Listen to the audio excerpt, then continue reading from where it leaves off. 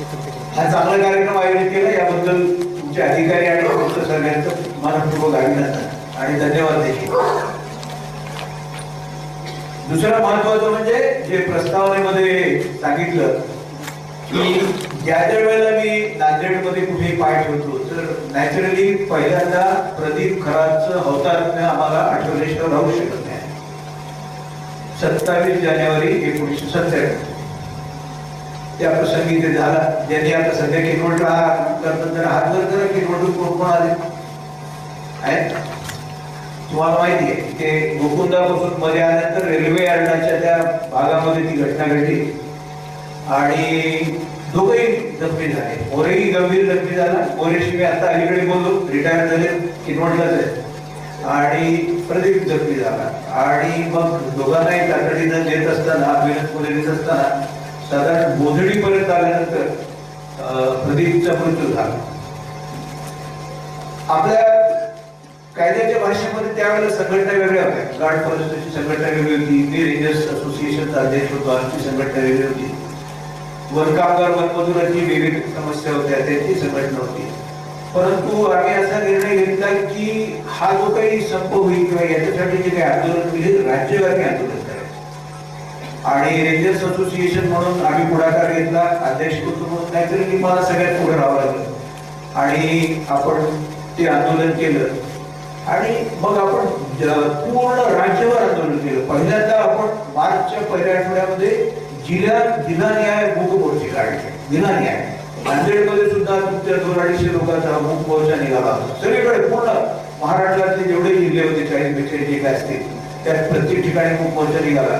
आणि जागतिक वन दिन 21 मार्च 1997 ला आपण आझाद मैदानावरून मोर्चा काढायचे ठरवलं. हा आझाद मैदानावर आपला मोर्चा काढायचा, त्याची प्रसिद्धी खूप झाली. त्यावेळेला मीडिया फार मर्यादित होता, परंतु सगळ्या पेपर्सने त्याला उचलून धरलं. टीव्हीचे जे काही चॅनल्स होते, 2-4 चॅनल होते त्या काळात, त्याच्यावरही फार चांगल्या पद्धतीचं कव्हरेज आलं. आणि म्हणून 20 मार्च म्हणजे एक दिवस आपण 20 मार्चला त्यावेळेला युती सरकार होते. मनोहर जोशी त्यावेळेला आपले मुख्यमंत्री होते आणि चंद्रकांत खैरे त्यावेळेला वनमंत्री होते. तर युती सरकार होतं आणि बाळासाहेब ठाकरेंचं पूर्ण नियंत्रण होतं. आदल्या दिवशी म्हणजे 20 मार्चला बाळासाहेब ठाकरेंचा मला निरोप आला की तुमच्या समस्या काय आहेत मला समजून सांगा. आणि म्हणून यवतमाळमधले आरडीचे आमदार होते, मुनगंटीवार नाही, मुनगेवार. एकदाच आमदार झाले, ते पुन्हा आमदार झाले नाही. 90 ते 95 कदाचित आमदार झाले. तर ते आमदार श्रीकांत मुनगेवार होते. ते आमदार मी आणि अशोक कवेटकर नावाचे आपले अमरावतीतले रिटायर्ड एसपी होते. मला ज्युनियर आहे पण रिटायर्ड. आम्ही तिघं बाळासाहेब ठाकरेंना भेटायला गेलो संध्याकाळी 7-7:30ला 20 मार्च 1997. आणि मग आपली समस्या, आपला जो काही सहकारी होता त्याची हत्या कशी झाली, आपण निशस्त्र कसे आहोत आणि त्यामुळे आपण स्वतःचं संरक्षण करू शकत नाही आणि जंगलाचे संरक्षण करू शकत नाही, या सगळ्या समस्या आपण मांडल्या. आणि बाकीची चर्चा जवळपास अर्धा तास बाळासाहेबांची झाली. आणि बाळासाहेबांना मी हा मुद्दा सांगताना त्याच्यामध्ये हेही सांगितलं की आम्ही आज इथे पगार वाढीसाठी आलो नाही. त्याचा सगळ्यात जास्त पडलेला मुद्दा काय होता की आम्ही पगार वाढ पाहिजे, हे पाहिजे, ते पाहिजे म्हणून इथे आलो नाही.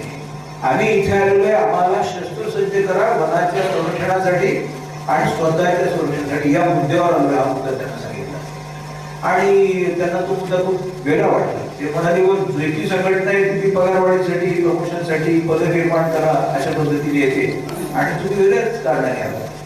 तो इतका त्यांना मुद्दा पडला की त्यांनी माझ्या समोर 7:30 वाजता मुख्यमंत्र्यांना फोन लावला, मनोहर जोशींना, आणि त्यांना सांगितलं की अहो हा मोर्चा जो उद्या निघणार आहे हा मोर्चा शस्त्रसज्ज करा म्हणून निघतोय. हा मोर्चा पगारवाढीसाठी निघत नाही. असा मोर्चा आपल्या राजवटीमध्ये आपलं सरकार असताना निघणं हे आपल्यासाठी चांगलं नाही. त्यामुळे उद्या आझाद मैदानावर मोर्चाला तुम्ही स्वतः मुख्यमंत्र्यांनी स्वतः सामोरं जावं अशा सूचना त्यांनी दिली. आणि महाराष्ट्राच्या इतिहासात असा कोणताही मोर्चा झाला नाही की मुख्यमंत्री मोर्चाला सामोरा आला आणि मोर्चा आपल्याला काढू नका म्हणून त्यांनी विनंती केली. असं कधीच झालं नाही. अगोदरही झालं नव्हतं, नंतरही झालं नाही. ते त्या दिवशी घडलं. 21 मार्चला मनोहर जोशी माननीय मुख्यमंत्री महोदय हे मोर्चाला सामोरे आले. त्यांनी आपली सगळी बाजू ऐकून घेतली. त्या सभेमध्ये आपल्याला मार्गदर्शन केलं. पहिल्यांदा मी बोललो, मी सगळी बाजू मांडली आणि मग मार्गदर्शन केलं. मग हुतात्मा खरातांच्या कुटुंबियांसाठी त्यांनी आर्थिक मदत वगैरे जी काही कायदे त्यावेळेला शस्त्रसंधी घोषित केली आणि तिथून पुढे आपल्याला शस्त्र देण्याची प्रक्रिया सुरू आणि मग महाराष्ट्रभर शस्त्र देण्यात आले. तर त्या आंदोलनाचा अर्थात आता ज्या माझ्या पुस्तकाचा उल्लेख केला त्या पुस्तकामध्ये देखील ते आंदोलनाचा उल्लेख आहे. ते पूर्ण आंदोलनाचं व्यर्थ न हो बलिदान अशा नावाचं एक पूर्ण प्रकरण त्याच्यामध्ये मी चर्चा केलेली आहे. बाकीच्या सगळ्या गोष्टी मी जे काही माझ्या सर्व्हिसमध्ये केल्या त्या सगळ्या दिलेल्या आहेत, जरूर वाचा. बेदरकरीता आहे कुठे बेदरकर कुठे वाचतं. हा, बेदरकरांनी ती पुस्तकं मागवली आणि 10 पुस्तकं त्यांनी वितरित केली. ते कुठं पोहोचली असतील ते लोकांनी वाचलेली आहेत. तर आणखी पुस्तकं घ्या आणि ती वाचा. ती पुस्तकं तुम्हाला याच्यासाठी वाचायची की त्याच्यामुळे एक वनाधिकारी म्हणून कसं काम करता येतं हे आपल्याला कळेल. आपला जो काही अनुभव आहे त्याच्यात माझा अनुभव तुम्ही एकत्र केला तर आणखी चांगल्या पद्धतीने काम करू शकाल, हा त्याचा उद्देश आहे. आणि महाराष्ट्रात पूर्वी वन विभागात काम करणं किती कठीण होतं, आज किती कठीण आहे, या सगळ्या गोष्टीची चर्चा त्याच्यामध्ये आहे. म्हणून ते पुस्तक हे आपल्या डिपार्टमेंटचा इतिहास सांगणारं पुस्तक आहे. आणि दुर्दैवाने आपल्या डिपार्टमेंटचं असं आहे की आपल्या डिपार्टमेंट मधले लोक काम खूप करतात पण लिहित काहीच. आपल्या डिपार्टमेंटला लागलेला शाप आहे. दुसऱ्या खात्यापेक्षा आपण खूप काही काम करतो परंतु लिहित नाही. आणि दुसरे खाते एकदम एकदम करतात, रेकॉर्ड चांगलं तयार करतात, चांगली फोटोग्राफी, चांगलं कंपायलेशन, चांगलं व्हिडिओ शूटिंग, चांगलं डॉक्युमेंटेशन, कागदपत्र सगळं चांगलं करायचं. जागेवर साधारण काम असलं तरी चांगलं प्रेझेंटेशन करतात. आपलं उलट आहे, आपण जागेवर चांगलं काम करतो आणि कागद करत नाही. हा आपल्या डिपार्टमेंट मधला मोठा दोष असं मला वाटतं. आजच्या मुद्द्यावर येऊ आपण. आजच्या मुद्द्यावर येऊ. सुरुवातीला आपण असं करू की मी तुम्हाला सगळ्यांना एक आव्हान केलं आणि ती पोस्ट माझी तुमच्यापर्यंत सगळ्यापर्यंत आली असेल. काही लोकांनी मला सांगितलं ती पोस्ट आली की तुम्हाला एकंदर वन्यजीव कायदा किंवा वन संरक्षणाची वन उत्तर देण्याचं दूरच राहील. फक्त 10 प्रश्न अशा पद्धतीनं जर मग याचा अर्थ तुम्हाला प्रश्न पडत नाही असा जर असेल तर मग तुम्हाला सगळं काही येतं, तुम्हाला लेक्चरची गरज नाही असा एक अर्थ होतो.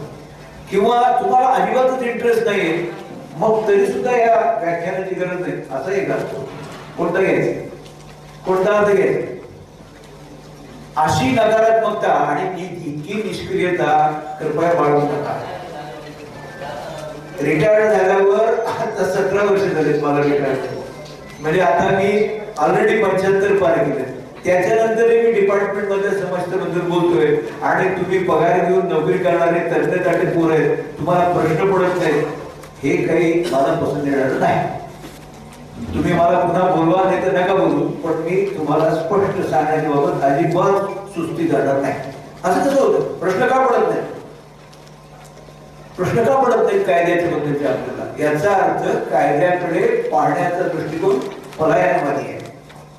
एखादे प्रकरण करायचं, गुन्हा नोंदवायचा, कागदपत्र करायचे, आरोपीचा पाठपुरावा करायचा, कोर्टात जायचं, जे काही करायचं असेल हे करण्याबद्दल आपल्यामध्ये एक प्रकारचा पलायनवाद आला, नैराश्य आलं किंवा या गोष्टी करायची इच्छा कमी होत चालली आहे, अशी परिस्थिती आहे. ही फक्त गाडण्यासाठी, फॉरेस्टसाठी, रेंजरसाठी असं माझं भाषणच नाहीये. हे सगळ्यांना लागू आहे. इथे आता उपस्थित असलेल्या इथे उपस्थित नसलेल्या लोकांना देखील. तो रेंज ऑफिसर असो, एसीएफ असो, डीएफओ असो, कन्झर्वेटर असो, गार्ड असो, फॉरेस्टर असो, सगळ्याला लागू आहे.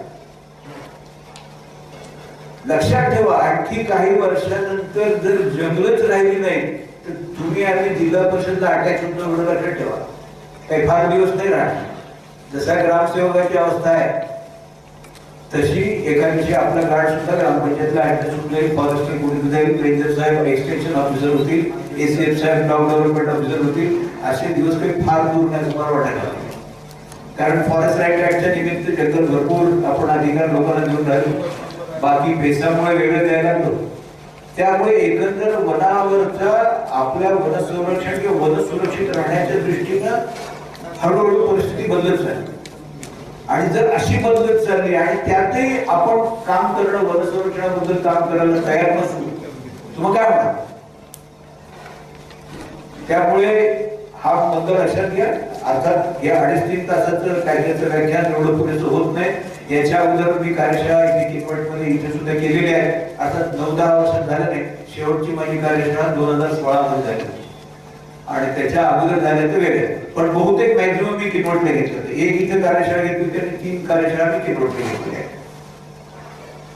ठीक आहे, ती गोष्ट सोडून द्या. तर आपण पहिल्यांदा जे काही प्रश्न आले, किरण चव्हाण जे प्रश्न आलेले सगळे कंपायलेशन केलेले ते आपण नंतर घेऊ. आजही काही प्रश्न लोकांना विचारायचे जरूर नंतर विचारा. पहिल्यांदा आपण साधारणतः पॉवर पॉईंट प्रेझेंटेशन मधून आपण त्या सगळ्या विषयाकडे जेवढं मला तुम्हाला आज दाखवावं वाटलं किंवा मला तुमच्या समोर मांडायचंय ते पहिल्यांदा दाखवतो आणि त्याच्यानंतर मग आपण प्रश्नोत्तर घेऊ. साधारणतः आपल्याला 3 तासाचं नियोजन आपण कमी जास्त करू. काही चहाचा ब्रेक वगैरे मध्ये होता का लास्टला? बरे आहे, चहाचा ब्रेक जेव्हा करायचं तेव्हा मला सांगा, आपण त्याला करू शकतो. तर असं नियोजन आपण करू. प्रश्न कृपया आज देखील विचारा. आलं लक्षात? ठीक आहे, जे आले ते प्रश्न तर घेऊन घेऊ, पण आज देखील प्रश्न विचारा. आपल्याला साधारणतः आमचे नेहमी वर्कशॉप होतात. ज्या लोकांनी माझे वर्कशॉप ज्यांनी अटेंड केले तर हात वर करावर. काही लोकांनी केलेले आहेत, 10-12-15 लोक आहेत. किमान 2 दिवसाचा आमचा वर्कशॉप असतो. किमान 2 दिवसाचा. कायद्याचा वर्कशॉप 2 दिवसाचा करावा लागतो. तो पूर्ण होतो तेव्हा काहीतरी आयडिया येते. त्यात आपण प्रॅक्टिकल बाजू घेतो. पंचनामा लिखाण कसं करावा, आरोपीचा जबाब कसा लिहावा, कंप्लेंट कशी तयार करावी, हे सुद्धा कागदपत्र आपण शिकवतो. विभाग सुद्धा कसं लिहावं हे विचार करतो आपण. त्यात काय काळजी घ्यायची वगैरे सगळ्या गोष्टी असतात. ठीक आहे, आपण या 3 तासात जास्तीत जास्त आपल्याला जेवढं आज चर्चा करता येईल तेवढी करण्याचा प्रयत्न करू. तर पहिल्यांदा जो मुद्दा आहे तो जो पुढच्या स्लाइडला घेतलाय, म्हणून मी आता चर्चा करायची स्लाइड नेक्स्टला. साधारणतः न्यायालयीन प्रकरणामध्ये येणाऱ्या ज्या अडचणी आहेत किंवा समस्या आहेत, ह्या समस्या कागद पुढे पाठवायचा किंवा पूर्तता करायची, त्याचं हे वेळापत्रक आहे.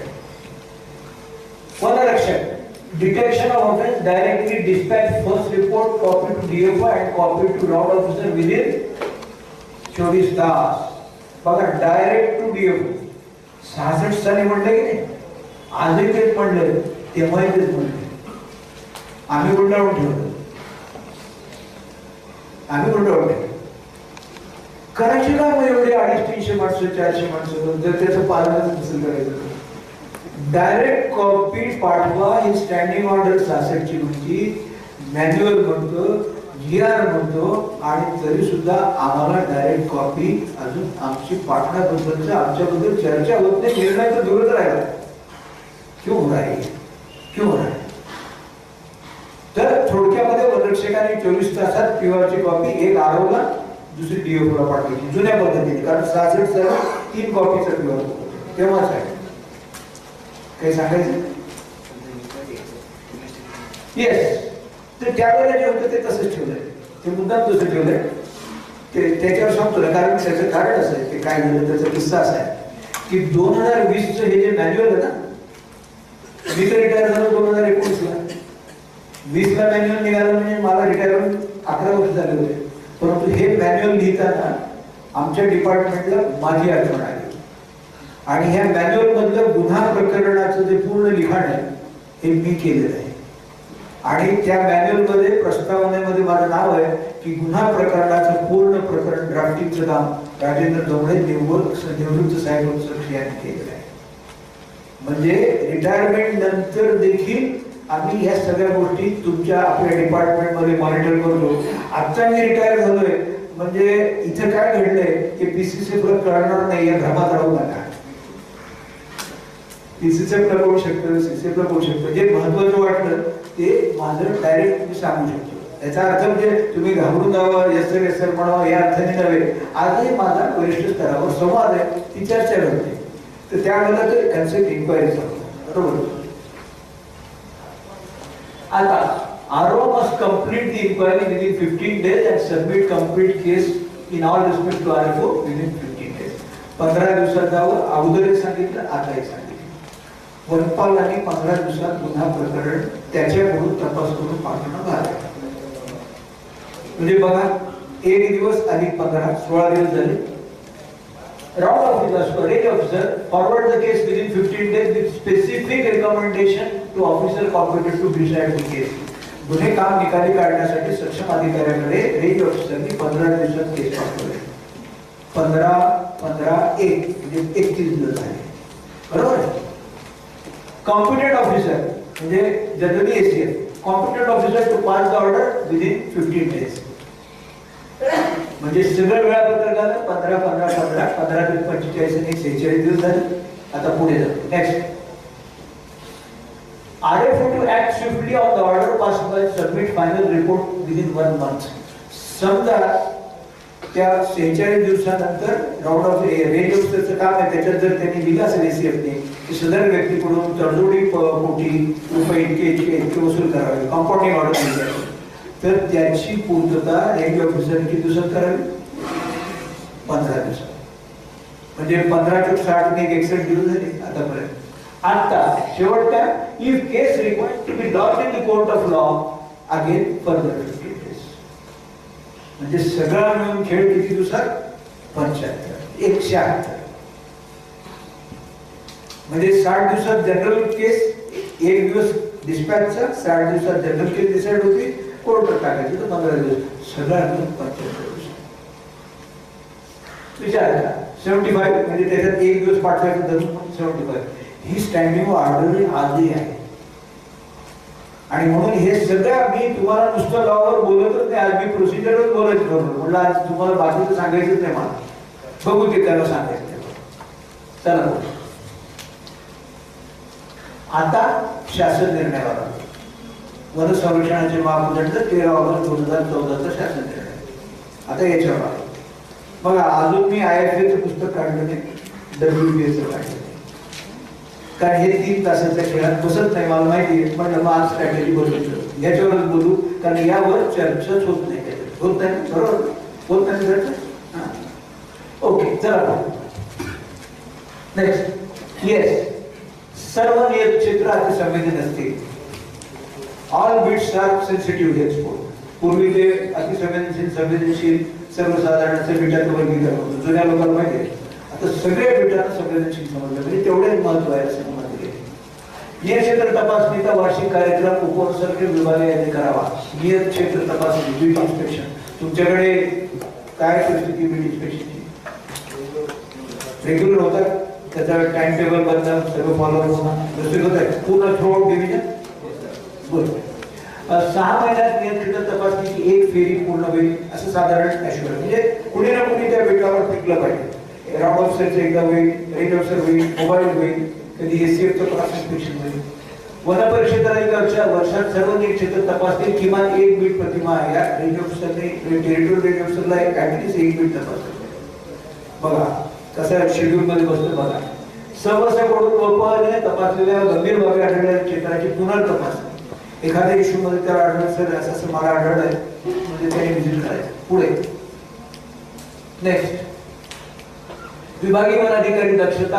आता दक्षतावाले औरंगाबाद येऊन सध्या दक्षता म्हणजे एकच पोस्ट आहे ना, प्लॅनिंग आणि दक्षता एकच. कोण आहे सध्या? अरे हो, ओके, तांबे, विशाली तांबे. ओके, तपासणी पाहवायच्या बाबी. आता बघा, बीट इन्स्पेक्शन मध्ये काय काय पाहतो. सर्वसाधारण बीट इन्स्पेक्शन मध्ये आपण फक्त छुटक पाहतो, फक्त छुटक पाहतो. यांनी काय म्हणले?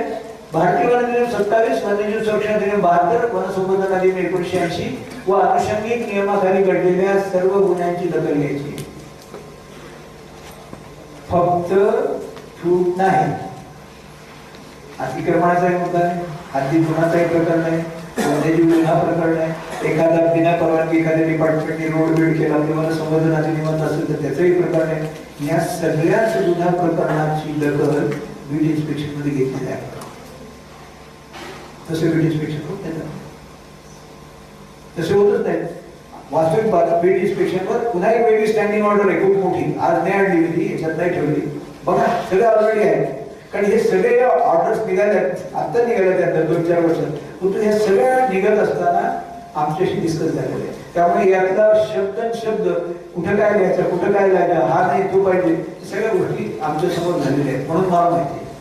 ठीक आहे, तपासणी बाबत पाहायचं. ओके, पुढे. हा, वनाद्री खुणांचे बुरुज पाणी आहे, वनरक्षक मुख्यालयात राहतो किंवा कसं, हाही मुद्दा आहे. पुढे नेक्स्ट, दप्तर तपासणी. बीट इन्स्पेक्शन मध्ये हे पॉइंट्स आहेत. वनरक्षकाचं दप्तर, वनपालाचे दप्तर असतं, वनरक्षकाचे रेकॉर्ड असतो. अनेक ठिकाणी वनरक्षकाचे हॅमर चोरीला गेलेले असतात आणि तो रिपोर्ट करत नाही तोपर्यंत आपल्याला कळतच नाही त्याचा हॅमर चोरी गेला. अनेक बिटाला हॅमरच नसतील करायचे, नवे बीट झाले नव्या बिटाला हॅमरच नाही. त्यांनी करायचं काय, त्यांनी करायचं काय, प्युअर करायचं. आणि प्युअर करताना मग जागेवर छुटावर बुडावर कुठे प्युअर मारायचं, हॅमर मारायचं, ते मारायचंच नाही. मग त्यांनी काय वाट पाहिजे, राऊंड ऑफिसर. आणि राऊंड ऑफिसर त्यावेळेला तिथे अवेलेबल नसला किंवा दुसऱ्या कामात असलं तर बसून राहायचं. म्हणजे एक्स्ट्रा हॅमरची डिमांड आपल्याला किती पाहिजे ही सुद्धा टाइमली गेली पाहिजे. ठीक आहे, सगळ्या गोष्टी ते मी चेक करत नाही, पुढे जाऊ दे. नियत क्षेत्र तपासणी विशेष कारवाई ही सगळी आहे, त्याचं शेड्यूल आहे. कार्यालय तपासणी बघा, हा एक इंटरेस्टिंग पॉइंट आहे. कार्यालय तपासणी का आवश्यक आहे बघा. मी स्वतः नोकरीमध्ये, इव्हन मी इथं भोकरला असताना आले 1979 मध्ये, त्यावेळेला आम्ही आमच्या फॉरेस्टरची पूर्ण कार्यालय म्हणजे त्याचं दप्तर तपासणी केलेली आहे. पुष्कळदा काही कारणाने एखाद्या राऊंड ऑफिसरचं पावती पुस्तक व्यवस्थित मेंटेन होत नाही किंवा पावती पुस्तकात पावत्या फाडल्यात पण तो टाइमली तुमच्या बँकेमध्ये रेमिटन्स होत नाही, अशा गोष्टी होतात. या सगळ्या गोष्टी पाहण्यासाठी आवश्यक सगळ्याच आहे. परिमंडळ म्हणजे राऊंड ऑफिसरचं 3 महिन्यात एक वेळ आहे, परिमंडळाचं सहाय्यक वनसंरक्षकाने 6 महिन्यात करायचं आहे, परिक्षेत्राचं सहाय्यक वनसंरक्षकाने वर्षातून एक, परिक्षेत्राचं विभागीय वन अधिकारी कार्यालयाने वर्षातून एक वेळ, सहाय्यक वनसंरक्षकाचं देखील विभागीय कार्यालयाने वर्षातून एकदा करायचं. सगळ्यांचं ऑफिस इन्स्पेक्शन आहे, सगळ्यांना आहे. एसीएफचं तर समजत आहे की माझं ऑफिसच नाही, ते इन्स्पेक्शन काय करू असं एसीएफ म्हणतात. खरं की नाही, बरं मला कुठं ऑफिस आहे, मी तुमच्याच ऑफिसला बसतो, असं स्टँड आहे बराचा. हा तरी म्हणेल बाबा कधी कधी किरण की सर माझं तरी किरवटला ऑफिस आहे. बरंच म्हणणार इकडून म्हणणार आम्हाला ऑफिस नाही, आम्ही तुमच्याच ऑफिसमध्ये, आमचं काय इन्स्पेक्शन करणार का, तुम्हाला स्वतंत्र काही जबाबदारी नाही दिली का, त्याचं तपासणी कोणी करायची. दोघं मला म्हणत असेल आज ढोबळे साहेबांना एकदम आपण बिनसाखरेचं आवाज. तर मुद्दा सोडून द्या, चला नेक्स्ट. आराखडा तपास ती स्किप करतो. वना गुन्हा नोंद चौकशी आणि तपास ते सोडून देते, झालेले ऑलरेडी, सोडा पुढे झाले. येस, जाऊ दे पुढे. आता जरा पुढच्या मुद्द्यावर नेक्स्ट. येस, अवैध वृक्ष तोडी प्रकरणी किती दिवसात कोणत्या अधिकाऱ्याने व्हिजिट करायचं, एवढे हे 2 स्लाइड कंप्लीट. बघा, अवैध वृक्षतोड झाली तर 50,000 झाली तर वन परिक्षेत्र अधिकाऱ्यांनी माहिती मिळाल्यापासून 3 दिवसात त्याकडे जायचं. हे शेड्यूल आहे मॅन्युअल मध्ये, तुम्हाला माहिती आहे डीआर मध्ये पालनच होत नाही. जर 50,000 ते 2 लाखापर्यंत असेल तर सहाय्यक संरक्षकांनी 3 दिवसात जायचं. 2 लाखापासून 5 लाखापर्यंत असेल तर उप संरक्षक विभागीय अधिकाऱ्यांनी 3 दिवसात पोहोचायचे आणि 5 लाखाच्या वर असेल तर मुख्य वन संरक्षक किंवा वन संरक्षक जे आपल्या सर्कल हेड आहे त्यांनी 7 दिवसामध्ये स्पॉटवर जायचं माहिती मिळाली. याचा अर्थ काय, याचा अर्थ गुन्ह्याचं गांभीर्य जास्त आहे, तिथे बरोबर काम चाललंय का नाही, तपासाची दिशा योग्य का नाही, याच्यासाठी या सूचना आहे. पुढे नमूद अधिकाऱ्यांनी केवळ तपासणीच करायची नसून गुन्हा तपासावर वैयक्तिक संनियंत्रण ठेवायचं आहे. हा कन्सेप्ट लक्षात घ्या. हे सगळे शासन निर्णय 14ला आले, मी 9ला रिटायर झालो, पुन्हा पुन्हा मी सांगतो. तरी या शासन निर्णयाच्या ड्राफ्ट मध्ये मी काम केलं. त्याचं कारण असं की आमच्या काळामध्ये आमचे जे अधिकारी होते, संजीव गौड माझे डीएफ होते, तस्नीम अहमद माझे सीएफ होते, ही माणसं अच्छा इतना बड़ा यूनिवर्सिटी ट्रेनिंग हुआ, कितने का होगा सर, 1.5 लाख, चलो हम आते हैं देखने.